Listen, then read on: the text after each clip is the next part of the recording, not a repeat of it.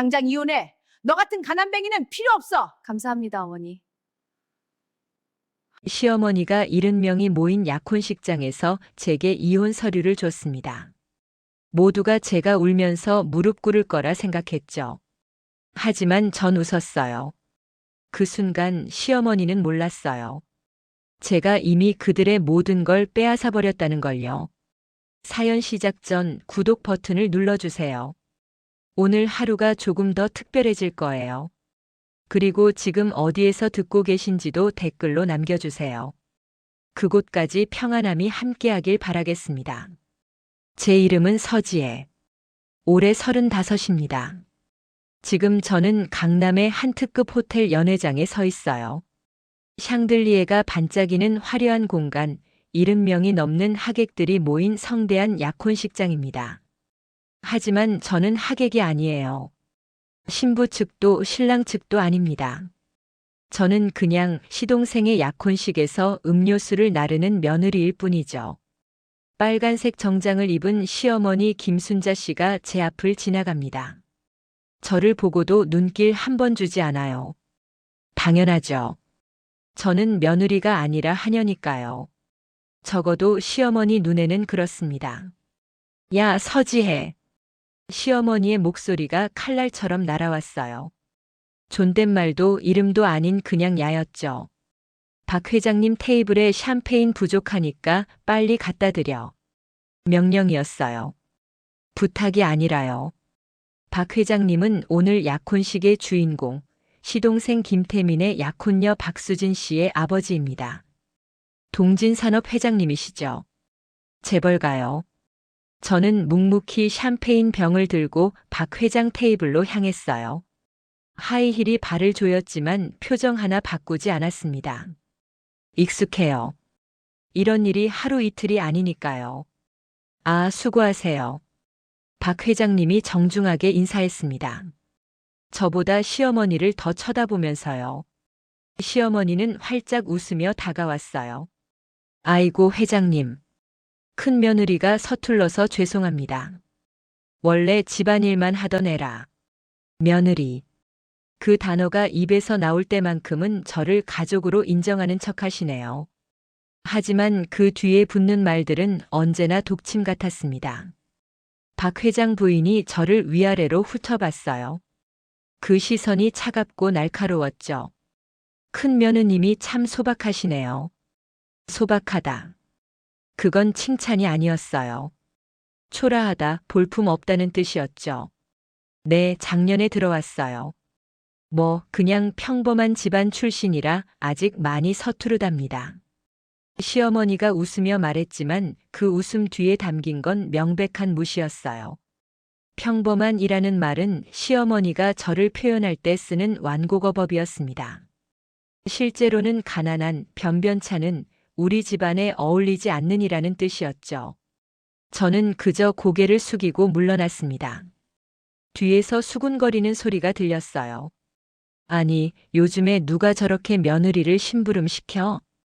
쯧쯧, 큰 며느리는 좀 우리 수진이랑은 급이 다르네. 그러게. 박 회장님 따님하고는 많이 다르네. 가슴이 답답했지만 참았습니다. 늘 그랬듯이요. 연회장 한편에서 시동생 김태민이 약혼녀 박수진 씨와 달콤하게 웃고 있었어요. 수진 씨는 정말 아름다웠습니다. 샤넬 드레스에 까르띠에 목걸이, 완벽한 메이크업과 우아한 미소. 저와는 정반대였죠. 제가 입은 옷은 이마트에서 산 5만 원짜리 원피스였어요.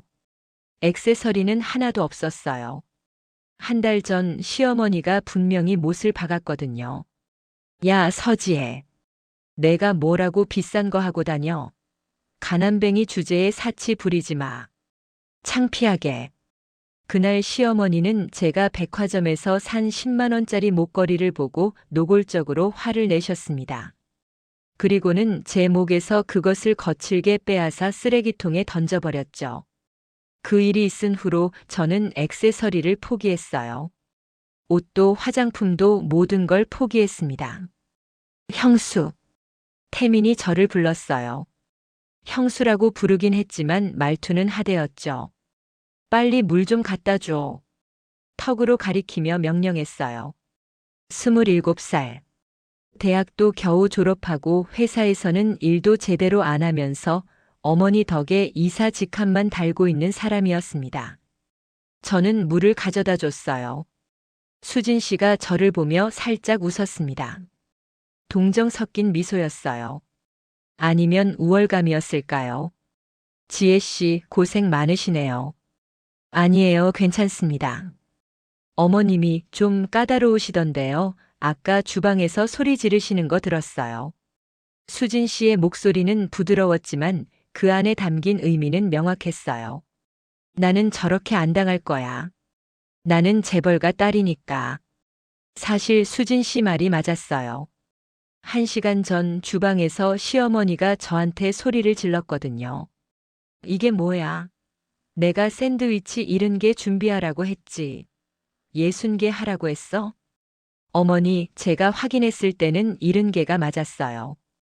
닥쳐. 변명하지 마. 내가 제대로 안 세어서 그런 거야. 이제 숫자도 제대로 못 세? 라고 하시며 제 어깨를 세게 밀쳤어요. 저는 벽에 부딪혔고 어깨에 멍이 들었죠. 30분 안에 다시 만들어. 그때 태민이 주방 문을 열고 들어왔어요. 제가 벽에 기대 어깨를 움켜쥐고 있는 걸 봤을 텐데 그냥 웃었어요. 엄마, 형수 또 혼났어? 맨날 혼나네. 그러고는 냉장고에서 음료수를 꺼내 마시고 나갔죠.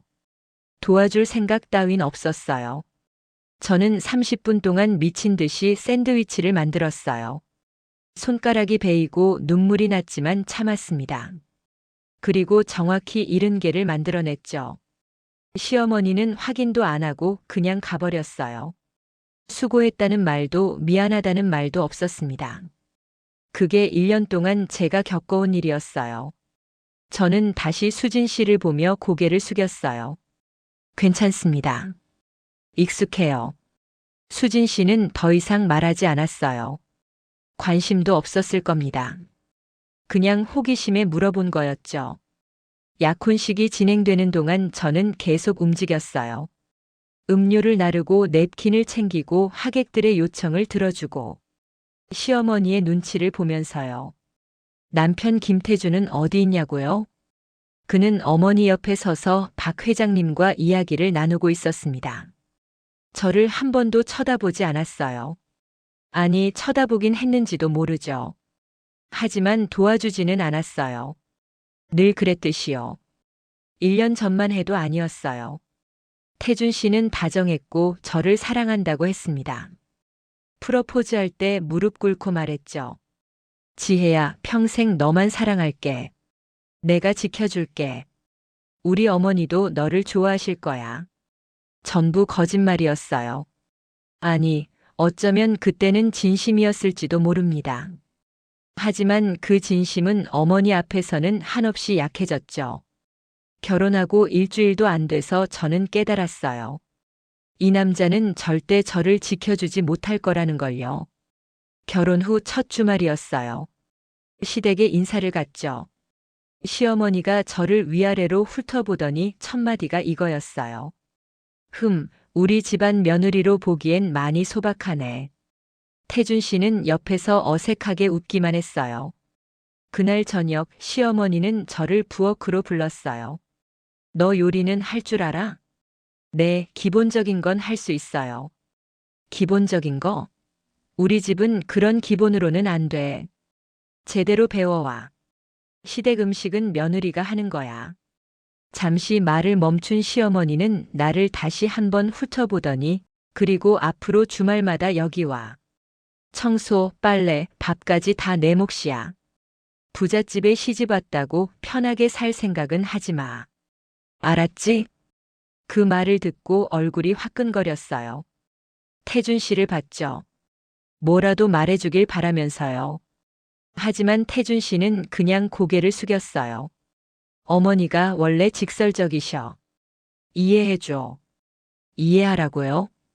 제가 모욕당하는 걸 이해하라고요? 집에 돌아가는 차 안에서 태준 씨한테 따졌어요. 왜 아무 말도 안 해줘? 어머니가 나한테 하인 부리듯이 하는 거 당신도 봤잖아. 지혜야, 어머니가 원래 그래. 처음이니까 며느리한테 엄격하신 거야. 엄격한 게 아니라 무례한 거잖아. 어머니가 우리를 잘 되라고 그러시는 거야. 며느리 교육 제대로 시키려고. 교육 저를 사람이 아니라 훈련시킬 대상으로 본 거죠. 나 이런 거 못해. 매주 시댁 가서 청소하고 밥하고 그건 그냥 일하는 사람이잖아. 지혜야, 우리 어머니가 얼마나 고생하셨는데 며느리가 좀 도와드리는 게 뭐가 그렇게 문제야? 처음으로 태준 씨가 저한테 소리를 질렀어요. 저를 위해서가 아니라 어머니를 위해서요. 그날 밤 저는 울었어요. 아무도 모르게요. 하지만 다음 주말 또 시댁에 갔어요. 그리고 청소를 했죠. 빨래를 했고 밥을 했어요. 시어머니는 제가 만든 음식을 먹어보더니 얼굴부터 찌푸렸어요. 이게 음식이야? 간도 하나도 안 맞네. 그러고는 밥상을 확 밀어버렸어요. 국그릇이 넘어지고 반찬이 바닥에 쏟아졌죠. 치워, 빨리. 저는 무릎 꿇고 바닥을 닦았어요. 태준 씨는 거실에서 TV를 보고 있었고요. 못 본 척 아무 일도 아니라는 듯이요. 그 뒤로 매주 주말마다 시댁에 불려갔어요. 아침부터 밤까지 쉴 틈이 없었죠. 청소하고 빨래하고 밥하고 설거지까지. 시어머니는 제가 하는 일마다 꼭 하나씩 흠을 잡았어요. 칭찬은 단 한 번도 없었어요. 잘했다는 말도요. 늘 잘못한 것만 찾아냈죠. 2달쯤 지났을 때였어요. 시어머니가 집으로 친구들을 불렀어요. 7명이나요. 그리고 저를 불렀죠. 지혜야, 차 좀 내와. 과일도 깎아오고. 친구들 앞이었어요. 시어머니는 저를 소개하려는 게 아니었어요. 과시하려는 거였죠. 내 며느리 좀 봐라. 얼마나 내 말을 잘 듣는지. 저는 말없이 주방으로 들어갔어요. 차를 준비하고 과일도 정성 들여 깎았죠. 접시에 보기 좋게 담아서 다시 나갔어요. 어머, 순자 씨 며느리 참 순하네. 그러게. 요즘 며느리들은 다 대들기만 한다던데. 순자 씨가 잘 길들였어. 길들이다. 저를 사람 말고 애완동물처럼 말하는 단어였어요. 시어머니는 그 말이 마음에 들었는지 흡족한 표정으로 웃었어요. 뭐 가난한 집 딸이라 그런지 말은 잘 들어. 부모가 식당 일을 한다더라고. 그래서 그런지 심부름은 잘해. 그래도 여러모로 우리 태준이가 아까워. 친구들이 웃었어요. 저를 보면서요. 저는 그냥 그 자리에 서 있었어요. 무슨 말을 해야 할지도 할 수 있는 말도 없었죠. 지혜야, 설거지나 해놔. 우리끼리 이야기 좀 하게. 저는 주방으로 갔어요. 거기서 혼자 울었죠. 설거지를 하는 동안 거실에서 시어머니와 친구들 목소리가 그대로 들려왔어요. 근데 순자 씨 며느리한테 너무 심한 거 아니야? 아니야. 이렇게 해야 버릇이 드는 거야. 처음부터 꼼짝 못하게 잡아놔야 나중에 내가 편해. 그래도 좀. 괜찮아. 저 애는 갈 데도 없어. 시어머니의 목소리는 확신에 차 있었어요. 친정이 가난하잖아. 도망갈 곳도 없고 우리 태준이 놓치면 평생 저렇게 살아야 해. 그러니까 말 잘 듣는 거지. 거실에서 웃음소리가 또 터졌어요. 이번에도 제 얘기였죠. 저는 싱크대를 꼭 붙잡았어요. 손에 힘을 주지 않으면 그대로 주저앉을 것 같아서요. 그날 밤 집에 돌아와서 태준 씨한테 말했어요. 나 더 이상 못하겠어. 뭘? 시댁일. 어머니가 나를 사람 취급도 안 해. 친구들 앞에서 나를 애완동물처럼. 말을 잇지 못하고 울었어요. 태준 씨가 짧게 한숨을 쉬었어요. 지혜야, 내가 너무 예민한 거 아니야? 어머니가 뭐 그렇게 심하게 했어? 친구들 앞에서 나를 길들였다고 했어. 그리고 가난해서 갈 데도 없다고. 그게 어머니 말씀이 좀 거칠긴 하지. 그래도 진심은 아니야. 진심이었어. 나 똑똑히 들었어. 목소리 좀 낮춰. 이웃집에 다 들려. 태준 씨는 저를 달래는 대신 짜증을 냈어요. 저한테요. 어머니가 널 미워하는 게 아니야. 그냥 며느리를 제대로 가르치려는 거야. 또 그 말이었어요. 가르친다. 교육한다. 나는 학생이 아니야. 지혜야, 좀 진정해. 어머니도 며느리 때 고생 많이 하셨대. 그래서 전통을 중요하게 생각하시는 거고. 그래서 나도 똑같이 고생해야 돼? 조금만 참아줘. 어머니가 내 진심을 알면 좋아하실 거야. 거짓말이었어요. 3달이 지났어요. 상황은 더 나빠졌죠. 명절이 왔어요. 추석이었어요. 시댁 식구들이 20명 넘게 모였고 시어머니는 저를 부엌으로 불렀어요. 너 혼자 차례상 준비해. 네. 혼자요? 왜? 못해? 며느리 역할도 못하겠다는 거야? 아니요, 할 수는 있는데 인원이 너무 많아서요. 20명 분량이면. 그럼 새벽에 일어나든지. 오전 10시까지 다 준비해놔. 알았지? 시어머니는 단호했어요. 그날 새벽 3시에 일어났어요. 혼자 부엌에 서서 음식을 만들기 시작했죠. 전을 부치고 나물을 무치고 고기를 굽고 국을 끓였어요. 5시간 넘게 서서 일하니 허리가 끊어질 것 같았어요. 오전 10시. 겨우 차례상을 다 차렸어요. 시어머니가 확인하러 들어왔어요. 상 위를 하나하나 훑어보더니 코웃음을 쳤죠. 이게 전이야? 모양이 왜 이래? 삐뚤삐뚤하네. 죄송합니다. 나물은 간도 안 맞고 국은 맹맹하고. 혀를 찼어요. 에휴, 못 쓰겠네. 그래도 먹어야지 뭐. 그리고는 거실로 나가 친척들 앞에서 일부러 크게 말했어요. 우리 큰며느리가 요리를 못해. 친정집에서 안 배워서 그래. 가난한 집 딸이 어디서 배우겠어. 부모가 식당 일한다잖아. 친척들의 시선이 한꺼번에 저한테로 쏠렸어요. 비웃는 눈도 있었고 대놓고 동정하는 눈빛도 있었죠. 그래도 먹을 만은 하네. 응, 간이 좀 싱겁긴 한데. 저는 차례상을 물리고 말없이 부엌으로 들어갔어요. 설거지를 하다가 결국 울고 말았죠. 그때 시어머니가 부엌으로 들어왔어요. 야, 울긴 왜 울어? 차례상 하나 차린 게 뭐가 그렇게 힘들다고. 아니에요. 다른 며느리들은 이것보다 더한 것도 해. 너만 유난이야, 유난. 죄송합니다. 사과는 됐고. 설거지나 빨리 해. 이따 점심도 준비해야지. 시어머니는 그렇게 말하고 나갔어요. 저는 싱크대에 몸을 기대고 한참을 울었어요. 아무도 없는 부엌에서 혼자서요. 그날 저녁 집에 돌아와서 태준 씨에게 말했어요. 나 너무 힘들어. 이혼하고 싶어. 태준 씨가 놀라서 저를 봤어요. 갑자기 왜 그래? 태준 씨가 제 손을 꼭 잡았어요. 지혜야, 미안해. 내가 부족해서 그래. 조금만 더 참아줘. 내가 어머니 설득할게. 또 그 말이었어요. 조금만.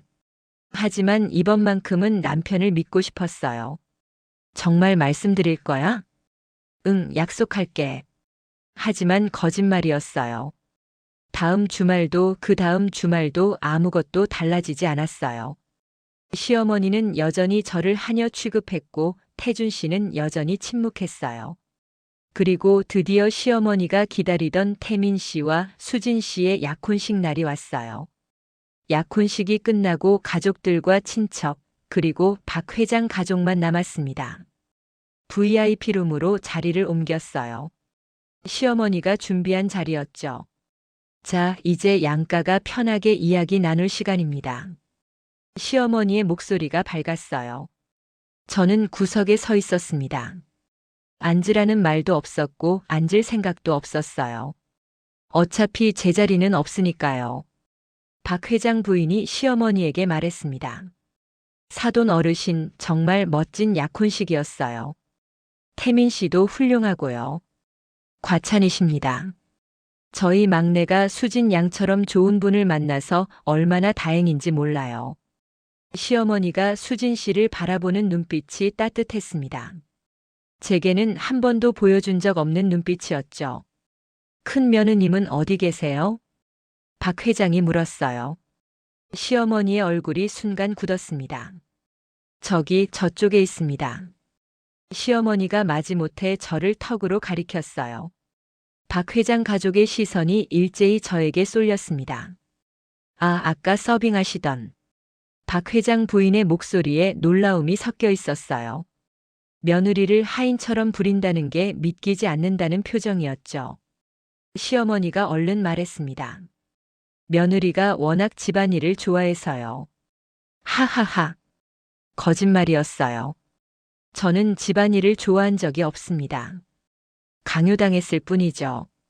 분위기가 미묘하게 어색해졌어요. 시어머니가 초조해하는 게 보였습니다. 박 회장 가족 앞에서 체면이 깎이는 게 싫었던 거죠. 그때 시어머니가 핸드백에서 무언가를 꺼냈어요. 흰색 봉투였습니다. 지혜야, 이리 와봐. 저는 천천히 다가갔어요. 가슴이 두근거렸습니다. 불길한 예감이 들었죠. 이거 받아. 시어머니가 봉투를 내밀었어요. 저는 받지 않았습니다. 뭔데요? 열어보면 알아. 주변 사람들이 모두 쳐다봤어요. 친척 이모들, 삼촌들, 그리고 박 회장 가족까지. 시어머니의 눈빛이 차가웠습니다. 저는 천천히 봉투를 받았어요. 손이 떨렸습니다. 봉투를 열자 안에서 서류가 나왔죠. 이혼 합의서. 숨이 멎는 것 같았어요. 머리가 하얘졌습니다. 어머니, 이게 무슨... 보면 알잖아. 이혼 합의서야. 시어머니의 목소리가 냉정했어요. 주변이 술렁였습니다. 순자야, 이게 무슨 짓이야? 친척 이모 한 분이 놀라서 물었어요. 시어머니는 태연했습니다. 이혼해야죠. 우리 태준이는 더 좋은 사람을 만나야 해요. 지금 며느리는 집안도 변변찮고 교육 수준도 그렇고 우리 집안에 어울리지 않아요. 태준아. 시어머니가 아들을 불렀어요. 태준 씨가 우물쭈물하며 다가왔습니다. 어머니. 서명해. 너도 원하잖아. 이제 이 결혼 끝내자. 태준 씨가 저를 쳐다봤어요. 미안하다는 표정이었지만 거부하지는 않았습니다.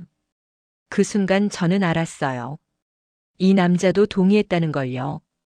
지혜야, 미안해. 그게 전부였어요. 1년간의 결혼 생활, 2년간의 연애, 모든 약속과 맹세가 미안해 한마디로 끝났습니다. 시어머니가 계속 말했어요. 지혜야, 너도 알잖아. 넌 우리 집안이랑 안 맞아. 원래 살던 곳으로 돌아가는 게 서로를 위해 좋아. 위자료는 넉넉히 줄 테니까 조용히 정리하자. 위자료. 돈으로 저를 처리하려는 거였죠. 주변 사람들이 수군거렸어요. 너무하네. 저렇게 공개적으로 하다니. 창피해서 어떡해. 하지만 아무도 나서지 않았어요. 시어머니가 워낙 센 사람이라 다들 무서워했죠. 박 회장이 난처한 표정으로 일어났습니다. 사돈, 오늘은 우리 아이들 약혼식인데 이런 일은. 죄송합니다, 회장님. 하지만 이 문제를 오늘 정리하고 싶었어요. 수진양 같은 훌륭한 며느리가 우리 집안에 들어오는데 큰 며느리가 이 모양이면 창피하잖아요. 시어머니는 전혀 부끄러워하지 않았어요. 오히려 당당했습니다. 저를 쫓아내는 게 당연하다는 듯이요. 저는 그 이혼 합의서를 내려다봤어요. 손이 떨렸습니다. 눈물이 날 것 같았죠. 1년간 참았던 모든 게 터질 것 같았어요. 하지만 울지 않았습니다. 대신 웃었어요. 고맙습니다, 어머니. 시어머니의 얼굴이 굳었어요. 주변 사람들이 웅성거렸습니다. 뭐? 고맙다고요. 정말 고마워요. 이게 바로 제가 원하던 거였어요. 시어머니가 어리둥절한 표정을 지었어요. 뭔가 잘못되었다는 걸 직감한 것 같았죠. 무슨 소리야? 저는 천천히 이혼 합의서를 테이블 위에 내려놓았어요. 그리고 핸드백에서 제 서류를 꺼냈습니다. 오늘을 위해 준비해둔 서류들이었죠. 제 소개를 제대로 안 했네요. 제 이름은 서지혜입니다. 성우그룹 회장 서진우의 외동딸이에요. 방 안이 순식간에 조용해졌어요. 핀 떨어지는 소리도 들릴 것 같았죠. 뭐라고? 시어머니가 더듬거렸어요. 얼굴이 하얗게 질렸습니다. 성우그룹이요? 박 회장이 놀라서 물었어요. 성우그룹, 우리나라 3대 재벌 중 하나죠. 시가총액 5조가 넘는 대기업이었습니다. 네, 맞습니다. 저는 신분증과 가족관계 증명서를 꺼내 보여줬어요. 서진우 회장의 딸 서지혜. 명확하게 적혀 있었죠. 시어머니가 비틀거렸어요. 태준 씨는 입을 벌린 채 얼어붙었습니다. 거짓말이야, 거짓말이지? 시어머니의 목소리가 떨렸어요. 거짓말 아니에요. 저는 2년 전에 신분을 숨기고 평범하게 살고 싶어서 중견기업 마케팅 팀장으로 취직했어요. 진짜 사랑을 찾고 싶었거든요. 제 돈을 보고 다가오는 사람이 아니라 저라는 사람을 봐주는 사람을요. 태준 씨를 쳐다봤어요. 그리고 태준 씨를 만났죠. 처음엔 정말 좋은 사람인 줄 알았어요. 다정하고 착하고 저를 사랑해준다고 생각했죠. 태준 씨의 얼굴이 창백해졌어요. 하지만 결혼하고 나서 알았어요. 이 사람은 어머니 없이는 아무것도 못하는 사람이라는 걸요. 어머니가 저를 하녀처럼 부려도 모욕해도 그저 보고만 있는 사람이라는 걸요. 지혜야, 나는. 조용히 하세요, 태준 씨. 아직 당신 차례 아니에요. 저는 다시 시어머니를 봤어요. 어머니, 1년간 정말 힘들었어요. 명절 때마다 새벽 3시에 일어나서 음식 만들고 시댁 식구들 시중 들고 제사 준비하고 그러고도 맛없다고 쓰레기통에 버려지는 음식들 보면서 참았어요. 시어머니가 말문이 막혔어요. 매주 집안일을 하면서도 손님들 앞에서는 우리 며느리는 가난해서 집안일밖에 못해라고 말씀하실 때도 참았어요. 평범한 집안 출신, 교육 수준 낮은 애, 우리 집안에 안 어울리는 애. 그렇게 부르실 때도 참았죠. 주변 친척들이 고개를 숙였어요. 다들 알고 있었던 사실이었죠. 그런데 3개월 전이었어요. 제가 우연히 들었어요. 어머니가 태준 씨한테 하시는 말씀을요. 시어머니의 눈이 커졌어요. 1년이면 충분해. 이혼시켜. 박수진 같은 재벌집 딸을 며느리로 들여야 우리 집안이 산다. 태민이 약혼식 때 공개적으로 이혼 서류 주고 쫓아내자. 그렇게 말씀하셨죠. 방 안이 술렁였어요. 박 회장 가족이 불편한 표정을 지었습니다. 그 순간 깨달았어요. 아, 이 사람들은 저를 사람으로도 안 보는구나. 그냥 쓰고 버리는 일회용품으로 보는구나. 시어머니가 변명하려 했어요. 아니야, 그게 아니라. 그래서 저도 준비했어요. 3개월 동안요. 저는 다른 서류를 꺼냈습니다. 대성제조. 어머니가 자랑하시던 3대째 이어온 회사요. 그거 알고 계세요? 지난 5년간 적자였다는 거요. 시어머니가 숨을 헐떡였어요. 은행 대출 23억, 사채 15억, 그리고 회사 건물은 이미 2년 전에 담보로 잡혔죠. 그리고 집도 담보 대출 12억, 4개월째 연체 중이에요. 태준 씨가 비틀거렸어요. 어떻게, 그걸 어떻게? 제가 샀거든요. 전부 다요. 저는 차분하게 말했어요. 대성제조 주식 68%, 회사 건물 담보 대출, 집 대출, 심지어 태준 씨 신탁관리 회사까지. 3개월 동안 하나하나 합법적으로 인수했어요. 뒤에서 비명소리가 들렸어요. 태민이었습니다. 그게 무슨 소리야? 쉽게 말하면 지금 어머니가 사시는 집, 어머니가 자랑하시던 회사 태준 씨 통장에 있는 돈 전부 제 겁니다. 법적으로요. 저는 서류를 펼쳐서 보여줬어요. 인수계약서, 담보권 이전 증서, 주식 양도 증서. 전부 제 이름으로 되어 있었죠. 박 회장이 서류를 집어들고 찬찬히 봤어요. 그리고 고개를 끄덕였습니다. 이거 전부 합법적이네요. 시어머니가 주저앉았어요. 안 돼. 안 돼. 이게 무슨. 어머니, 제가 가난뱅이라고 하셨죠? 신분 상승을 노리고 부잣집으로 시집왔다고 하셨죠? 저는 차갑게 웃었어요. 전 원래 재벌이었어요. 어머니보다 훨씬 더 부자였죠. 그냥 숨기고 있었을 뿐이에요. 진짜 사랑을 찾고 싶어서요. 태준 씨가 울먹였어요. 지혜야, 나 몰랐어. 정말 몰랐어. 뭘 몰랐어요? 제가 부자인 걸 몰랐어요? 아니면 어머니가 저를 괴롭히는 걸 몰랐어요? 태준 씨가 대답하지 못했어요. 둘 다 알았으면서 아무것도 안 한 거잖아요. 저를 사랑한다면서 지켜주겠다면서 그냥 어머니 시키는 대로 한 거잖아요. 미안해. 정말 미안해. 사과받을 생각 없어요. 저는 이혼 합의서를 집어들었어요. 이거요? 서명할게요. 기꺼이요.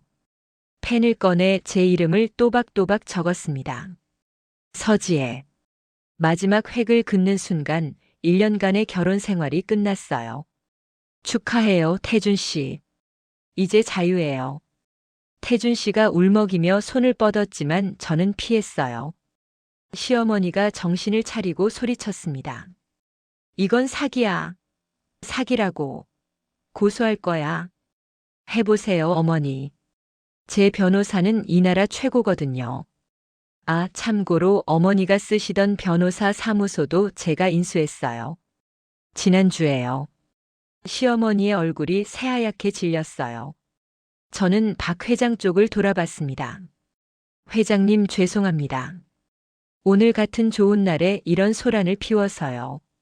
박 회장이 손을 저었어요. 아니에요. 오히려 잘 알게 되어서 다행입니다. 박 회장 부인이 수진 씨를 쳐다봤어요. 수진 씨는 창백한 얼굴로 태민을 보고 있었죠. 수진아, 우리 나가자. 네, 어머니. 박 회장 가족이 일어났어요. 태민이 다급하게 매달렸습니다. 수진아, 잠깐만, 이건 오해야. 오해가 아니에요, 태민 씨. 수진 씨가 차갑게 말했어요. 당신네 집안이 파산 직전이라는 거 제대로 알았어요. 그리고 형수님을 저렇게 대하는 집안이라는 것도요. 수진아, 제발. 약혼 취소할게요. 변호사 통해서 연락하죠. 박 회장 가족이 연회장을 나갔어요. 태민이 그 자리에 주저앉았습니다. 끝났어. 다 끝났어. 시어머니가 히스테리를 부렸어요. 내가 다 망쳤어. 제가 망친 게 아니에요, 어머니. 어머니가 스스로 망치신 거예요. 저는 마지막 서류를 꺼냈어요. 대성제조는 제가 성우그룹 계열사로 편입시킬 거예요. 직원들 500명 일자리는 지킬 겁니다. 어머니가 망쳐놓은 회사를 제대로 살리겠어요. 시어머니가 울부짖었어요. 우리 회사야. 3대째 이어온. 이제 제 회사예요. 법적으로요. 저는 다른 서류도 내밀었어요. 이 집도 제 겁니다. 하지만 당장 쫓아내진 않을게요. 6개월 드릴게요. 6개월 안에 나가실 곳 찾으세요. 이럴 수가. 이럴 수가. 시어머니가 바닥에 주저앉았어요. 친척들이 어쩔 줄 몰라 했죠. 저는 태준 씨를 마지막으로 쳐다봤어요. 태준 씨, 전 당신을 정말 사랑했어요. 진심으로요. 제 전 재산 다 줘도 아깝지 않을 만큼요. 태준 씨가 눈물을 흘렸어요. 하지만 당신은 저를 지켜주지 않았어요. 어머니가 저를 때리고 함부로 대할 때 그냥 보고만 있었죠. 그게 가장 아팠어요. 가난하다고 무시당한 것보다 하녀 취급당한 것보다 당신이 저를 버린 게 가장 아팠어요. 지혜야. 이제 끝이에요. 제발 다시는 연락하지 마세요. 저는 돌아서서 연회장을 나왔어요. 하이힐 소리가 대리석 바닥에 또각또각 울렸습니다. 뒤에서 시어머니의 울음소리가 들렸지만 돌아보지 않았어요. 복도를 걸어 나오는데 이성태 변호사가 기다리고 있었어요. 수고하셨습니다, 사모님. 고맙습니다, 변호사님. 수고 많으셨어요. 후속 조치는 제가 다 처리하겠습니다. 부탁드려요. 호텔 밖으로 나오니 시원한 밤 공기가 얼굴을 스쳤어요. 숨을 크게 들이마셨습니다. 주차장에 제 차가 기다리고 있었어요. 1년간 숨겨뒀던 제 진짜 차. 벤츠 S클래스였죠. 기사님이 문을 열어줬어요. 아가씨, 어디로 모실까요? 집으로 가요. 제 진짜 집으로요. 차에 타서 뒤를 돌아봤어요. 호텔 건물이 점점 멀어졌습니다. 그 안에서 무너지고 있을 시어머니와 태준 씨 생각에 마음이 아팠을까요? 아니었어요. 그저 후련했어요. 1년간 억눌렀던 모든 게 풀리는 기분이었죠. 드디어 제가 저를 지켜냈어요. 아무도 지켜주지 않았지만 스스로 일어섰습니다. 그로부터 6개월이 흘렀어요. 김순자 씨는 외곽의 작은 아파트로 이사했어요. 태준 씨는 지방으로 갔어요. 부산의 작은 회사에 취직했다고 들었습니다. 신탁 자금은 제가 정리해서 3억 정도 돌려줬어요. 새 출발 자금으로요. 그 이상은 없었죠. 한 달 전쯤 우연히 소식을 들었어요. 심리 상담을 받고 있다고. 어머니와의 관계를 정리하고 있다고요. 잘된 일이었어요. 늦었지만 제대로 된 어른이 되려고 노력하는 것 같았죠. 태미는 박수진한테 파혼당한 후 완전히 망가졌어요. 한동안 술만 마시고 방황했다고 들었습니다. 하지만 몇 달 전부터 작은 회사에 다니기 시작했대요. 이사가 아니라 평사원으로요. 처음으로 제대로 일을 배우고 있다고 했습니다. 대성제조는 제가 약속한 대로 살려냈어요. 성우그룹 계열사로 편입시키고 전문 경영인을 영입했죠. 4개월 만에 흑자로 돌아섰고 직원 500명의 일자리를 지켰습니다. 그게 제일 뿌듯했어요. 시어머니에게 복수하는 것보다 무고한 사람들의 삶을 지켜낸 게요. 저는요, 이제 숨지 않아요. 성우그룹 전략기획실 상무로 당당하게 일하고 있어요. 아버지 옆에서 회사 일을 배우고 있죠. 시어머니는 저만 괴롭힌 게 아니었어요. 직원들에게도 거래처에도 자기보다 약하다고 생각하는 모든 사람에게 잔인했죠. 저는 그런 사람에게서 힘을 빼앗은 것뿐이에요. 그리고 배웠어요.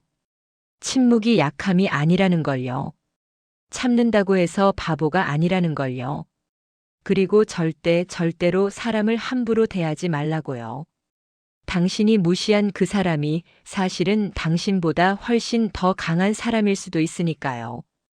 여기까지가 서지혜 씨의 이야기였습니다. 인생 시네마는 앞으로도 삶의 무게를 이겨낸 사람들의 이야기를 들려드릴 거예요. 구독과 좋아요 부탁드립니다. 댓글로 여러분의 생각도 나눠주세요. 다음 이야기도 기대해주세요. 오늘도 수고 많으셨습니다. 편안한 하루 되세요.